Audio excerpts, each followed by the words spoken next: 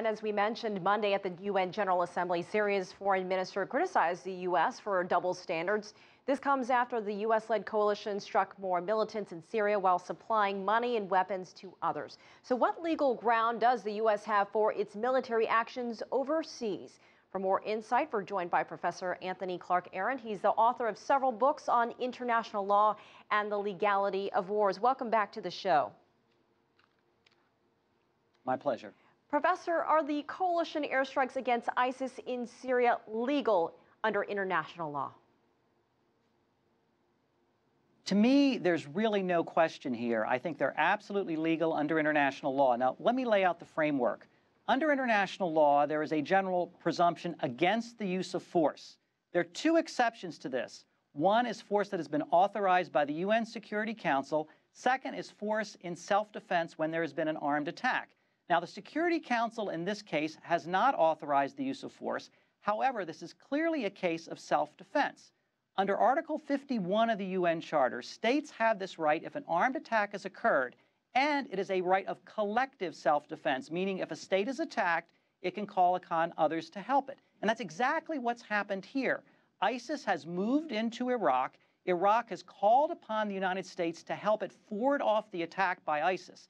This means, of course, that the United States can attack ISIS forces in Iraq, but because the attack is originating in Syria, it also means that the United States and its allies, other members of this coalition, have the right to use military force against ISIS forces in Syria. So from my perspective, it is clearly lawful under existing international law. Well, as we've heard the past few days at the UN General Assembly, I think some countries would disagree, but I want to ask, could humanitarian intervention be used as a qualified legal reason to strike under international law? Well, that's a really good question. The problem is there is no explicit right of humanitarian intervention under international law. Under the Charter framework, there are only those two exceptions, force authorized by the Security Council. Now, the Security Council could authorize force for humanitarian reasons, but unless the Security Council does that, the only other exception is force in the event of an armed attack where you're acting in self-defense. So even though there's a lot of discussion about a right of humanitarian intervention, there really is no established right under the UN Charter framework for the use of force. At the moment, Syria seems to support these airstrikes against IS in the country. Those statements coming after President Assad claimed any country that wanted to make a move would need his government's permission. He said that, but it didn't exactly happen this way. So should Syria change its mind? Could it go after this U.S.-led coalition of countries with some good reason behind it? Well, it becomes more complex if the United States were to launch actions against the Assad regime.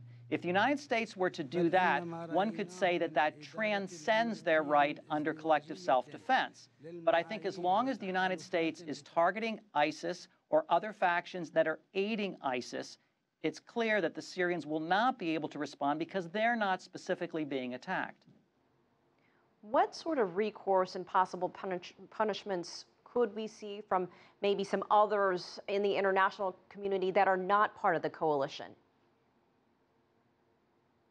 So punishments against whom? You mean actions against ISIS against or the United actions States against the Syrian regime? I would say actions against the United States and this coalition. You know, Iran's not exactly happy that this is taking place. Well, again, they could disagree that the legal arguments made by the United States are correct. And in theory, we could see presentations by the Iranian government or other governments that are critiquing the United States.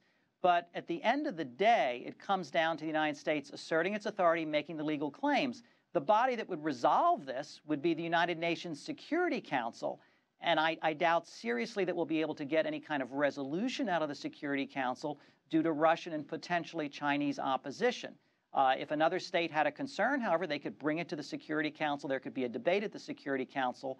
But in this particular case, given that the United States is a permanent member of the Security Council and the United States has a veto, even if someone were to introduce a resolution that would oppose the United States would veto that. Similarly, if the United States were to bring a resolution claiming that its action should be authorized by the Security Council, Russia or China, or both, would veto that. So I see the potential for a discussion in the Security Council, but I don't see any kind of resolution in the sense that one might like to see a resolution.